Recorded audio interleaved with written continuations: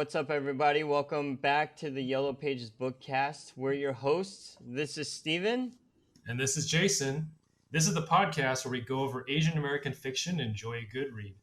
We'll be doing a short review, character breakdowns, and casting choices, if applicable, and overall themes and what we enjoyed and so on. So this book, we kind of mutually agreed on it, but basically me and Jason were just like, oh my God, Ken Liu, these books are way too long. I need a breather. Mainly me, because I normally don't read that much. But yeah, this next book was a very interesting departure. It is our first graphic novel that we're going over. It's called Monstress. And this book is about 208 pages. But Jason, the writer is Marjorie Liu, and the artist is Sana Takeda. So, Jason, tell us a little bit about why we went with this book. Well, interestingly enough, you actually gifted me the first 3 volumes. So at that time, I had, I think, gotten halfway through volume 1. Then it got sidetracked, so I never really finished it. But, I kept thinking about it. I'm like, I kind of want to finish it at some point. So, when we finished book 2 of Ken Liu's Dandelion Dynasty, we were in mutual agreement of, maybe we should take a quick break from these long epics and read something with a lot of nice pictures.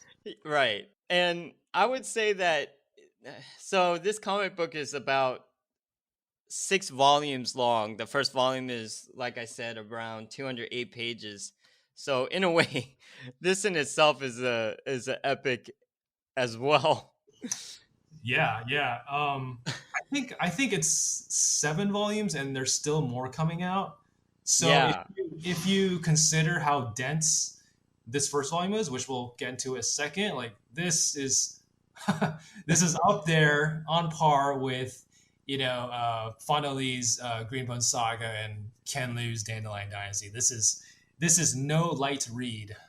Yeah, and there's such a world. So, man, so we actually have a script that we go through sometimes when we're going over the podcast, and the next part of the script is for me, and it's the non-spoiler overview of the book.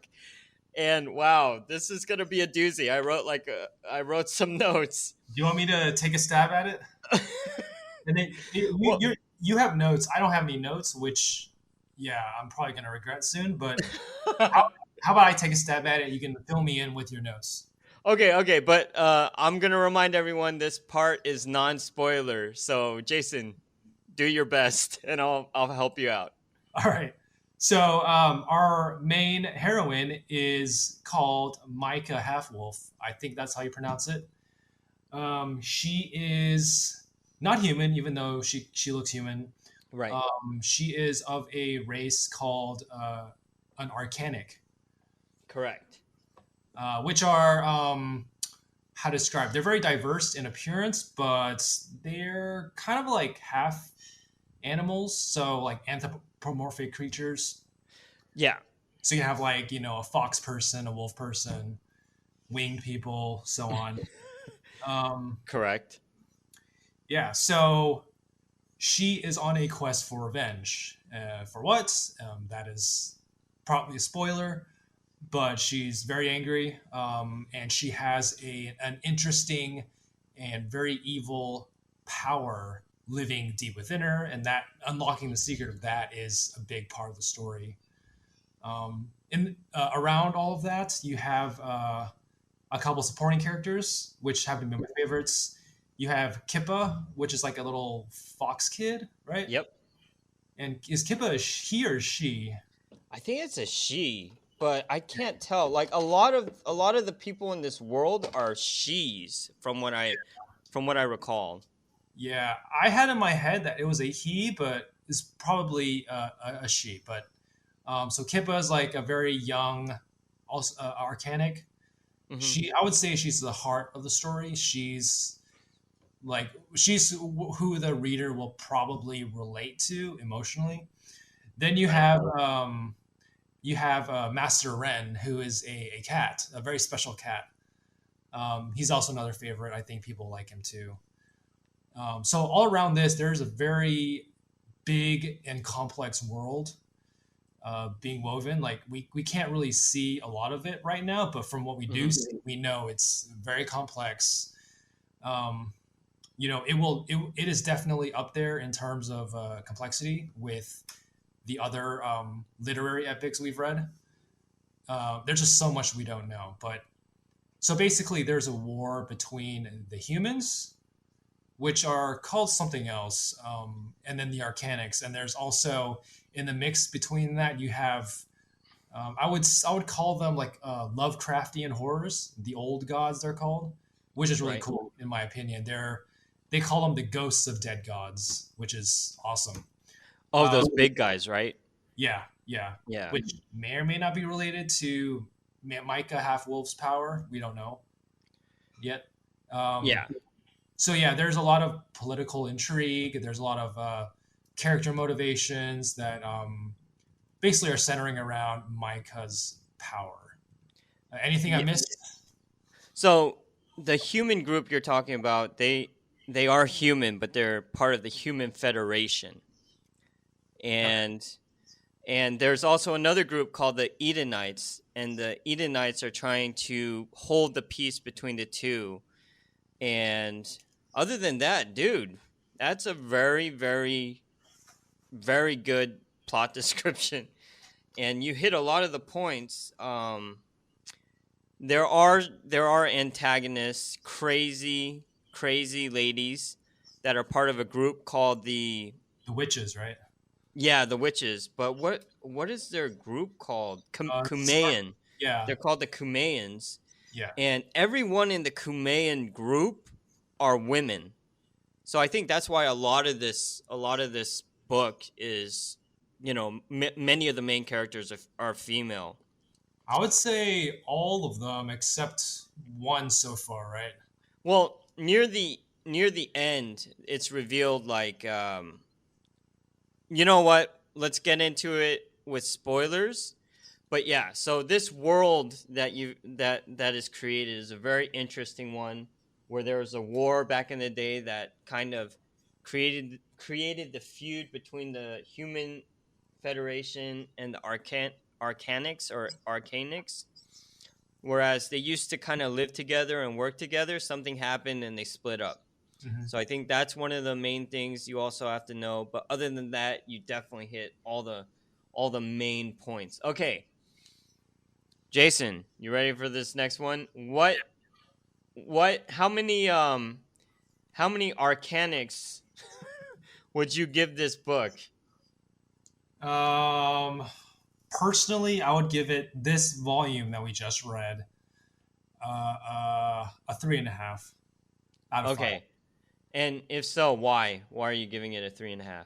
So my main my main criticisms on why I didn't rate it higher was so this is my fault. We wanted something we wanted a break, right? Yeah. And that's not what we got. We got something as complex, if not more complex, than what we've been reading. Yeah. So I think that really biased me. But if you're prepared and you know what you're getting into, this is probably going to be like a 4, at least a 4 out of 5. Okay. Yeah, go ahead. Oh no, no, no. I was gonna say, is that 3.5 just story wise? And if so, what would you consider about the art? Oh, the art's fantastic. Like Yeah. that is, I think that's the main thing that caught my eye when I first learned of the series. Hmm. I just don't know like how like each panel and each page can have that much that much life. Like Yeah. it's like it's hard to describe. It's part manga style, but not. It's like fuses Eastern style with a little bit of like a Western filter, and it kind of creates its own thing. It's a very unique style, and I think it's great. Um, Yeah, I completely agree. But uh, yeah. keep going. My other criticisms were like it's very dense. Like even if I were in the mood, they throw a lot of things at you at once, and it doesn't really flow that naturally to me, at least. Often had to find myself go back and reread a bunch of pages because I'm like, wait, what? Like I don't understand. Um, Case in point, like they have in the interludes, they have the professor cat who's giving you a lesson on the world, which that just goes to show like how much info there is that you have to absorb. Right. And in this first volume, our protagonist, she didn't really stand out to me in a special way besides her power, which arguably isn't. It's like a very shonen like trope, kind of like Naruto, kind of like Bleach, you know. Well, Like don't go into it. We'll get into it later. okay, yeah. So like nothing about her stood out to me. The Hmm. side characters I related to a little bit more, but still, I think there was a lack of very relatable and like characters that you really wanted to stand by and root for. You know. I yeah. Um, let's see what else. Yeah, I think those are my main criticisms. But otherwise, it's intriguing. The mythology they have and like the world building is really good up there. The art's really good. Yeah, so I really want to find out what happens next. I think I definitely agree with your scoring. I would definitely give it a 3.5, mainly because this comic is super complex, but the art is beautiful. It's like a 5-star art book. But yeah, and another thing is Seina Takeda, the artist. She's actually Japanese, and she knows how to draw beautiful women. I'll tell you that. That's for sure. Like, and the first splash page, I kind of mentioned this to Jason. Like, try to see if you have any favorite pictures or panels or whatnot.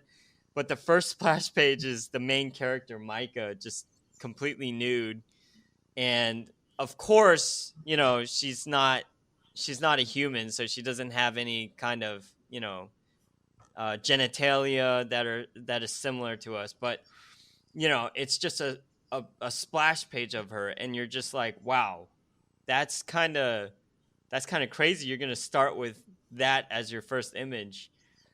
I definitely think that the storytelling, it can be really confusing. Like, Yeah, there's a bunch of time skips, which at yeah, first you're not expecting. It's like, wait a minute, like what's going on? But um, I think it's a once you understand, it's like a good vehicle to tell you a little bit of more backstory. yeah, that's true. That's true. So, we're kind of pretty much aligned in terms of rating and whatnot. So why don't we just jump into the spoiler side? Well, but before that, do you want to say who this is for? Oh, phew. Definitely young, not young adults. I would say you'd have to go with the mature audience because there's a lot of killing Yeah, it's pretty graphic. and a I would, lot of cursing. Yeah. yeah. There's also, yeah, that's actually another. Yeah, you reminded me. That was like another small critique I had. Like, Yeah. um, yeah, our protagonist kind of curses very gratuitously to the point where it doesn't really mean anything anymore. Uh, Right.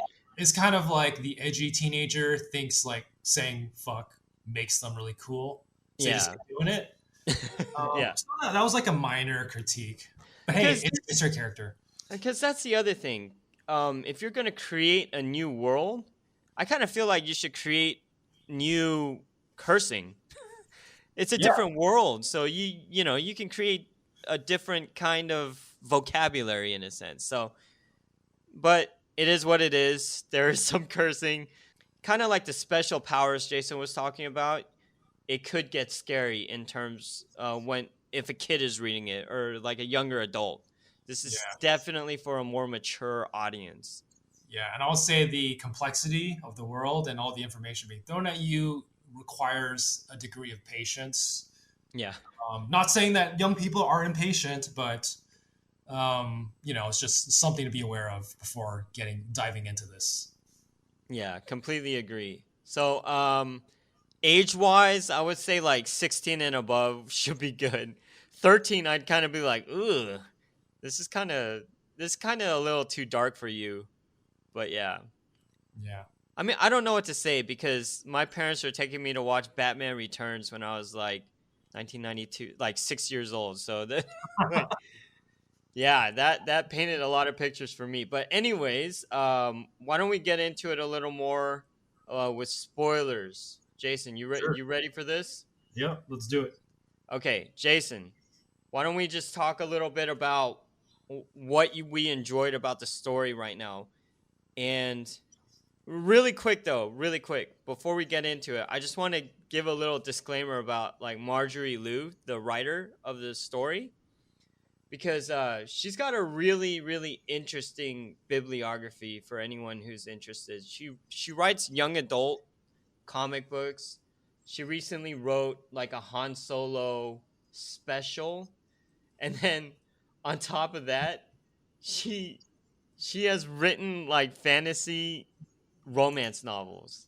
So I was actually talking to Jason about it. Like we should read some of these fantasy romance novels because they look kind of sexy, and then on top of that, they're definitely like they definitely have like a fantasy witchcraft like vampire kind of feel to them.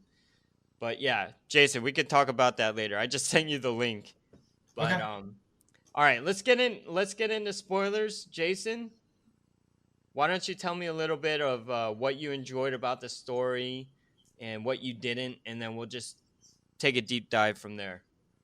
Yeah. So, even though I hinted before the spoiler section that her power is basically like a shonen Naruto like trope, like I'm still intrigued by it. Like it's a trope for a reason because Right. it's just damn cool, right? So Well, what is it?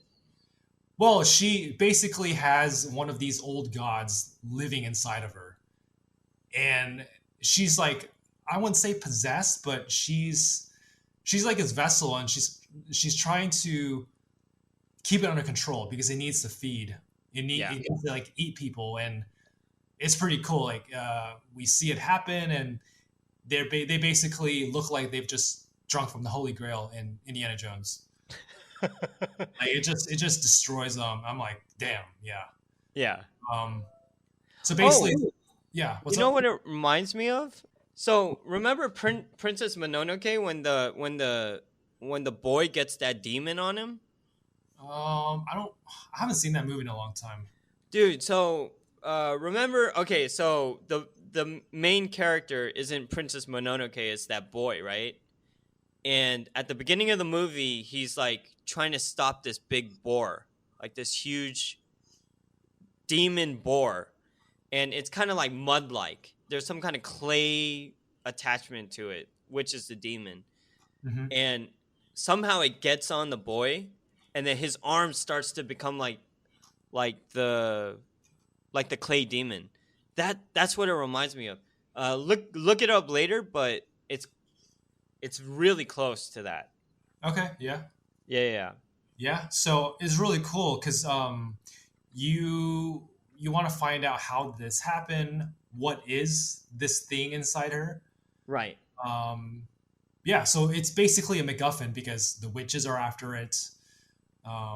It's like the focus of a lot of stuff. So that's something I liked. Um, Another thing I liked, even though I wasn't necessarily in the mood for, was learning about all the different aspects of the world. Um, it was really funny when Master Ren was explaining the five major races in the world, and cats were one of them. Oh yeah. I'm like, oh, okay, because I always assumed like the cats were Arcanics because they were animal like. Yeah. Yeah. 100%. For me, what I again, it just goes back to the art because I'm more of the comic book guy, and sometimes when the art is so good, it pretty much elevates the work. In terms of story, it's so complex because there's so many characters. A couple of characters that Jason didn't bring up on the spoiler portion. I mean, the non-spoiler portion would be like Sophia or Destria or Atina, like these ladies in the Kumea, Yeah. right? And I Yeah. think it's so interesting that like, so the Kumea is just kind of like a coven of witches, pretty much, right?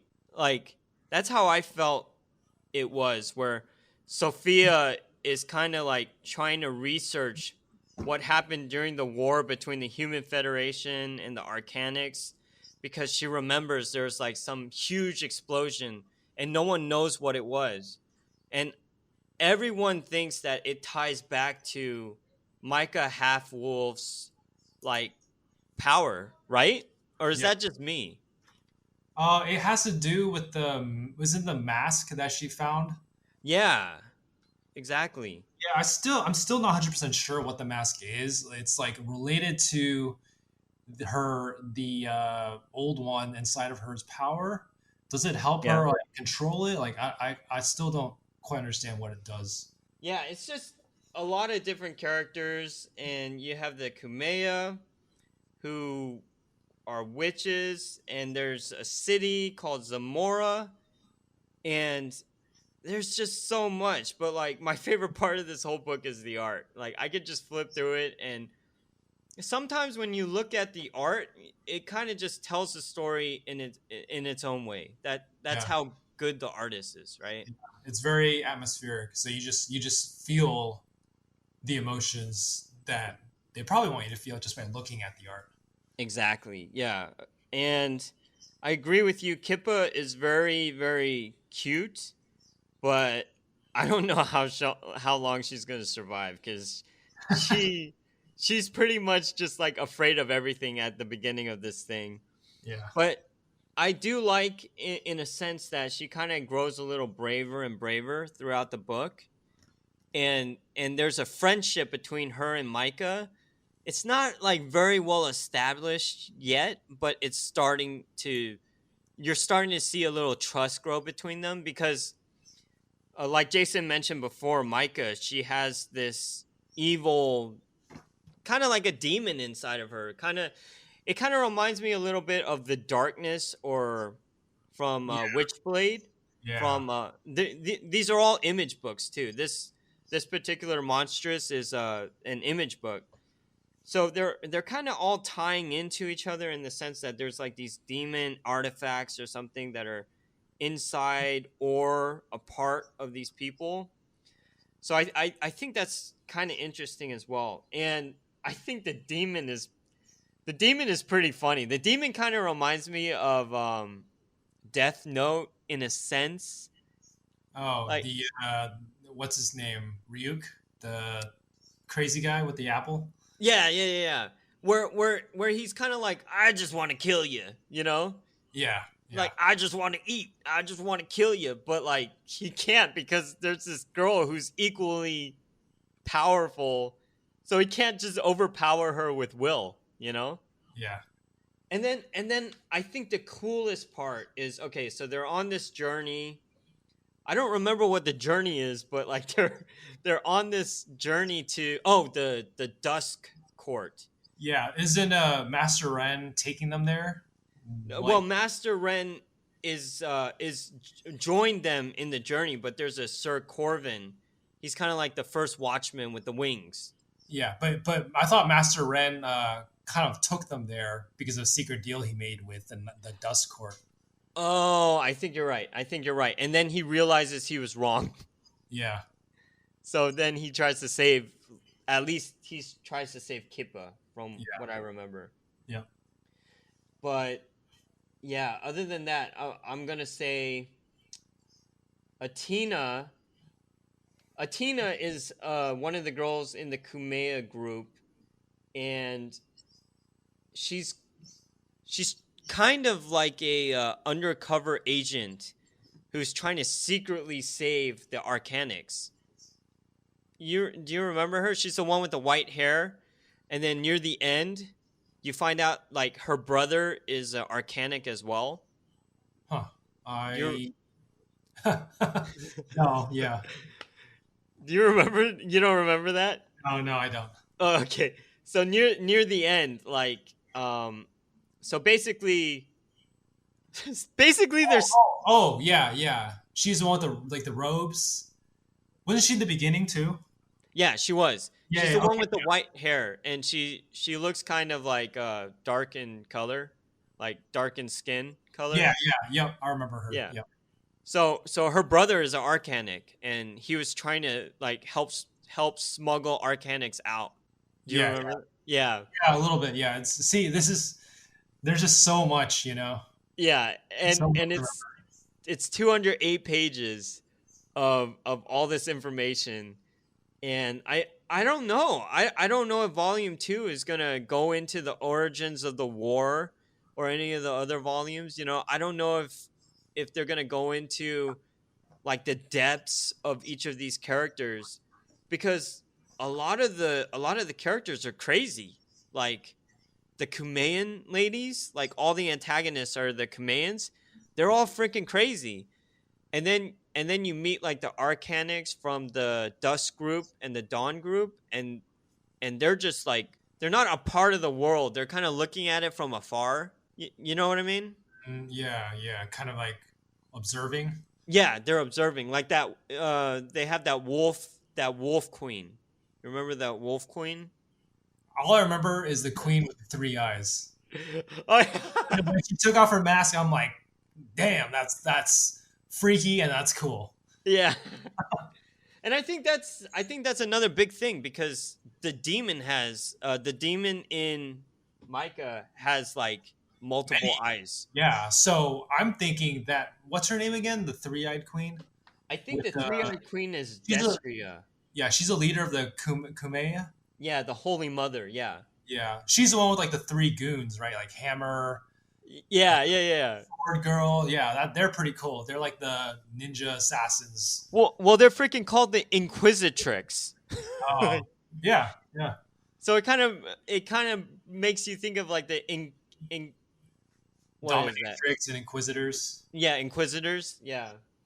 So I feel like they're digging from a lot of lore, different kinds of lore, because you definitely have witches, then you have like Japanese style demons, and then you have cats, like what is that, Egyptian? Maybe. They're just cats. Oh, Well, they're cats. they have multiple tails, so that's kind of from East Asian mythology too. Really? Yeah, like the nine-tailed fox, like Oh, fox spirit. Like the more tails it grows, the wiser or more powerful it is. I gotcha. I gotcha. Wow, I didn't even pull that.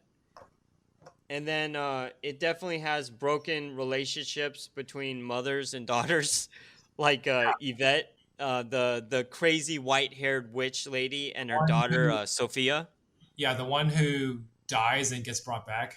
Yeah, both, like Sophia gets burned and comes back, and then Yvette gets, yeah, dies. Yeah, and then one of them starts like wanting to eat people, so they have to put a muzzle on her. I think that's Yvette. I think that's Yvette. And then on top of that, they have like this kryptonite called Lilium. Yeah, yeah, So it's just like in one volume of a comic book, you you're just inundated with all this information. So it can be very what's that word where it's like, oh, it's almost too much. yeah. Overwhelming. Yeah, overwhelming. I'll be honest, when I read comic books, I go in with a lot of foregone knowledge, right? I'm reading things that I've already read for a long time, like Batman or like Superman. And if it's not that, it's something simple like a crime comic. I love all kinds of comics. This is kind of my jam. And I was always like, wait, Jason, you love anime or you love manga? You should read a comic book. And the first book I give you is this one. Well, I think it's an interesting choice though. Yeah. No, because it's very in line with what we've been reading so far. kind of like the sci-fi fantasy, right? Yeah. Okay.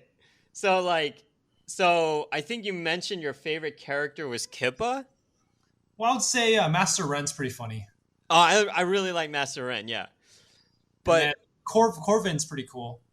he doesn't really do that much though. Well, he's like very majestically stands there with his wings spread. And Yeah. I'm like, But okay, you know what I thought was funny? They had the Monkey King. yeah, yeah, yeah. He was like a white pudgy Monkey King, and then on top of that, they had I feel like they had a really fat cat. Yeah, he reminded me of a pirate. Yeah, he That was was like the warrior. Yeah, he was the center of like my favorite splash page, which is like when the whole Dust Court just comes and they're like all kicking ass. Remember that? Yeah. I think that's on page 171. I actually wrote page numbers down. Oh, nice. And then okay, and then on top of that you have Marika, who is Micah's mother, Yeah, and she pops in every now and then like in flashbacks. And I think it's interesting cuz this kind of reminds me of Harry Potter in a way, but she kind of mentions like you must never forget this guy's name. yeah. You know what I mean? She's like, you can forget my name, but do not forget his name. Yeah. Damn, that's quite something. Yeah. Cuz at the end of this first volume, it's kind of like she's kind of like, I know what you want. I can give you your name, right? Yeah, And then I think that's what allows her to control the demon. yeah. They made a deal, so she basically kind of like Venom, the movies, right? Oh, yeah, yeah, yeah. Oh, They, yeah. yeah, it's pretty similar actually. Yeah, But it's a great pull. Yeah. yeah, but it's like this one is way more powerful. Like we see, I don't know, yeah, Dude, uh, okay. We can get into it because we're in spoilers, but like this demon just eats everything in its path. yeah, Like so the Inquisitrix people, there's like 3 or 4 of them, like Jason mentioned earlier, and one of them goes up against Micah, and basically the demon comes out and just eats her arm off. yep. So it's just there's just so much. It's a lot of carnage when the demon comes into play. As it should be. But yeah, anything else that stands out? I would say the art for the evil demons, the old gods, is awesome. Those are the giants, right? Yeah, like they basically like fill the whole sky when you see it. Yeah, yeah, yeah. Yeah, and I they're would like agree with. covered in eyes and tentacles. Very very Lovecraftian. By the way, have you seen the Green Knight? No, I haven't. Oh, okay. Because they kind of have a scene with like these giants, and it's really beautiful. I can totally see like that kind of director doing that. But okay. So really quick, why why did you like Kippa, and why did you like Master Ren? Well, I think their dialogue was better. Oh, Master Ren had more of a personality. I think like he's very witty. And I really remember the beginning where the assassin like finds them. mm-hmm. Master Ren just like jumps in front. He starts like spouting a whole bunch of bullshit. And Yeah, yeah, at yeah. the arc, and he's like, "Well, can't blame a cat for trying." I'm like, okay. So most like the wit and like the heart in the dialogue comes from the two of them. Yeah, I see what you mean. Okay, so I kind of want to bring you into a particular scene because I thought this scene was crazy. Basically, Micah gets caught because she wants to find Sophia and her mother. And she's done all this research so that she can get caught. And then basically, she's looking for this mask, like this portion of the mask, right? Which pages are those? I'm not there yet. I'm just explaining like what's going on in terms of the story. But I want to bring you to page 28 and 29. So basically what the Kumeya do at times is they get all these what are they called? Arcanics. And they Yeah. do experiments. And I don't really remember what they're looking for. I think they're looking for this specific power set that ended the war um, a long time ago. And so they're looking for the right Arcanic that can do it. And they're doing all these different tests. So they're capturing all these Arcanics. And then, so on page 29, you see this one Arcanic. He's like this old dude. You can tell he's been there for a long time. This is actually one of the only men that you see. And he's just crazy now because, like, they took, they cut off his limbs pretty much. Yeah. And he just says, "I'm strong. I'll save," and then he starts smacking his head against the guard. What are those called? The cage? The bars on the. Yeah, the bars. And look, it's so like violent, and the blood is squirting all over all the children like Kippa. Yeah. And then on top of that, you see all of the violence and the torture that the Kumeyan group does to the Arcanics, and you kind of feel bad for them, Yeah. Definitely. So, Jason, real quick, can you explain to me, like, Micah is trying to do something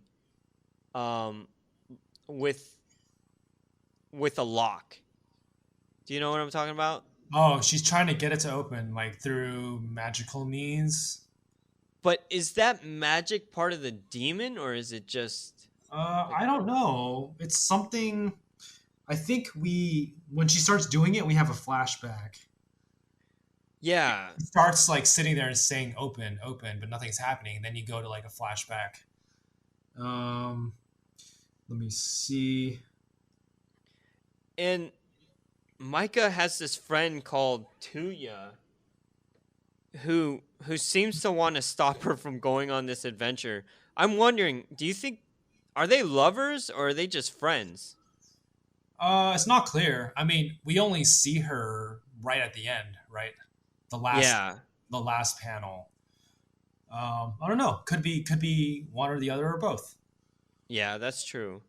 And then yeah, it's just this book is super violent. Yeah.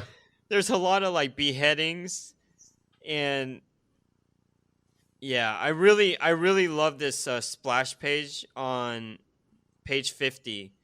It's the one you're talking about, kind of like the ghosts of dead gods. I think it's the main one with the three eyes.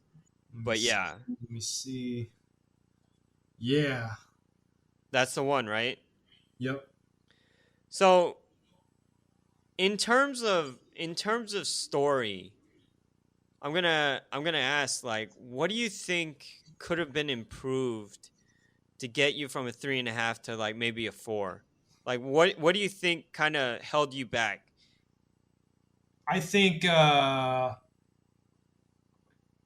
there's a lot of telling in Oh, here, right? And yeah, so I know it's a graphic novel, so you just I know the whole like show don't tell thing is a little bit different here, yeah. but I feel like if they had kind of held back on the um, I guess all the dialogue hinting at like all of this stuff in the world, and instead just showing it in action more, which they Mm, did, but maybe a little bit more. That might have made it a little bit easier to take in. Um, I think the dialogue is also could have been improved. It's sometimes it reads very YA to me, like young adult book, which is aimed towards younger people. Um, I don't think this book is aimed towards younger no, no, people. no, yeah, exactly. Which is why I'm like, maybe it should have. Yeah, it just didn't really fit for me. Like, I think there's room for improvement in the dialogue. Yeah, I agree. I also think that the characterizations of the antagonists are a little too similar to each other in terms of the way they talk to each other. Hmm. Yeah. Like they're all very flower, like they talk a lot, and they all sound terrible people. Like there's nothing redeeming about them. They've been doing this for so long that they're desensitized from all the violence, all the torture that they put on these young creatures, you know? Yeah, yeah, So I think if there's a little more diversification, because you definitely know who's good and you definitely know who's bad. yeah. So if Although I have a feeling that is probably going to get like turned upside down later in the story. yeah, and I also think that there's so many open endings to this book that it does make me want to read the rest of it. So that is good. But like I really want to know what happened between Yvette, the crazy mom, and Micah's mom, Marika. Yeah, I think that's the one of the central mysteries the story is built around. Because Right. I mean, that if you know what happened, then you basically figure out like half the story. Right. And I'm in it enough to want to know like how the mask impacts the demon and why it's so important to find all these things out. Yeah. So, I mean, are you still interested in continuing the series? Because, like we said, there's like 7 volumes, maybe, possibly. Yeah. Yeah, I mean, I'm definitely intrigued. I I have a feeling that it's gonna go in a really good direction. It's just that What? the first volume, kind of the beginning of Jade City, right? Right. You get past that hump, it just all comes together and just sings a perfect song. Hopefully that'll happen here. I'm sure it will, because if it doesn't, then it wouldn't have gone on this long. Yeah. That's true. That's true. And I mean, if anything, you can buy this book for Sena Takeda's art, and you've really got a great art book. Yeah, yeah, So there's really nothing wrong with the story other than this is your intro to this world. And I guess she's just trying to get you enough knowledge for you to want to continue. And hopefully she slows down a bit, is yeah, what I'm hoping. yeah. I think she will. I'm pretty optimistic. Yeah. But I mean, other than that, I enjoyed it. 3.5 is not a bad score, and we'll see what happens next. Have we rated anything below 3.5? Not yet. Not yet. Are we just being too nice, or do we need to pick some not as good books? Actually, I think you were pretty close with the The thousand lives or crimes, deaths. crimes of Ming Tzu. Yeah, the 1,000 crimes. Did I give it a 3.5?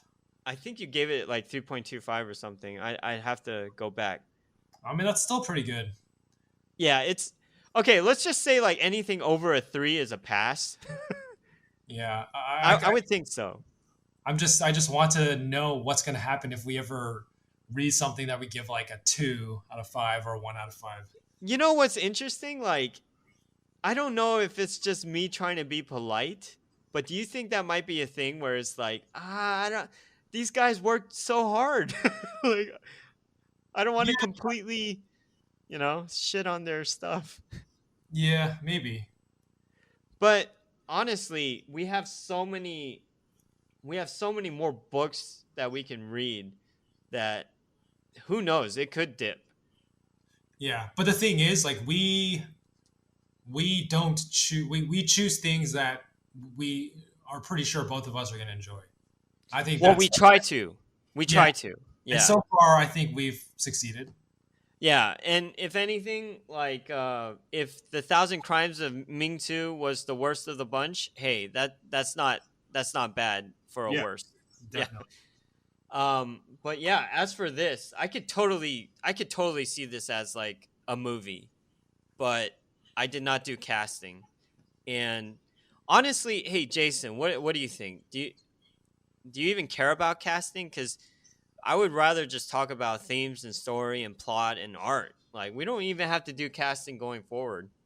Well, if we, I think I think we can take it case by case because Yeah. you know, Greenbone Saga, like we did casting. I think that was fun.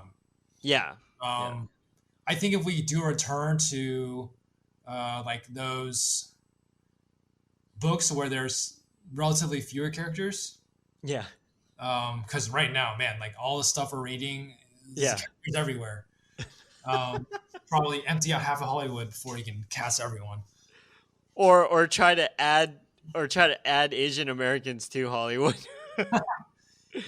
We can do a case by case. I'm sure there'll be a book we read in the future where it's just begging to become an awesome movie. Okay, okay, sounds good. And then so let's see. Were there any themes that, like stood out to you in terms of this book? Um, I would say revenge Oh yeah. because the contrast between Micah and Kippa, you know, Yeah. Kippa's like very innocent. Micah's like very, Angry. yeah, she's just full of angst. Yeah. And then I was kind of thinking about this, but so there's a lot of death in this book, right? And so revenge is definitely there. And then, oh my god, I had a theme and it just like, Racism, like the oh, cast. human. Yeah, yeah, yeah. Did you say cats? No, caste, like a caste system, like Oh yeah, yeah. Kind of like yeah, how the humans, as we saw in the beginning, like they just regard Arcanics as trash, yeah, like human or not human, like just living trash, basically. right. And so that goes kind of with racism. And then you have the Dust group and then the Dawn group. They kind of don't want anything to do with the world. Oh. That's what it was. So identity, right? Cuz in actuality, Micah doesn't really know what's going on with her. Yeah, She doesn't understand like what this demon is, and then she kind of doesn't even know who she is in terms of her mother and in terms of like remember she finds a picture of her mother, and then the Yvette, and then this little kid, right? This boy with like he's like an aqua boy. yeah, Yeah. So I think identity is going to be interesting when we find out like how the demon came to be and how she came to be enmeshed, because I think the demon was passed down through their family. I think it kind of seems like, like yeah, pointed at that. Um, but yeah, I think for a first volume, it's kind of an intimidating book, like especially for a comic. yeah. I haven't really read a lot of graphic novels, Yeah, um, and especially in the beginning, from the ones I have read, it's pretty. It kind of like eases you into the story. It doesn't. It does throw you into like action, but it's hmm, pretty straightforward. This one's right. very different. It's very different. Yeah, I agree. But all right, man.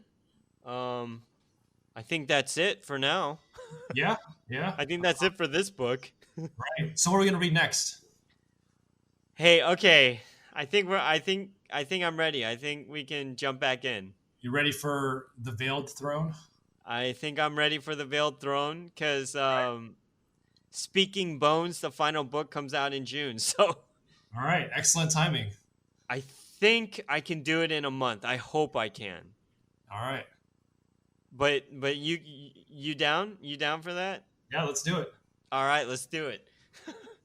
All right, guys. So for those of you who have not read it, go pick up this 1,000-page book. What's it called? Which one? Veiled Thrones? The Veiled Veiled Thrones? Throne, Volume 3 of Ken Liu's Dandelion Dynasty.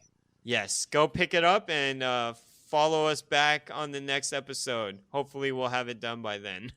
And that's a wrap. Thanks, All right. guys. See y'all later. Bye.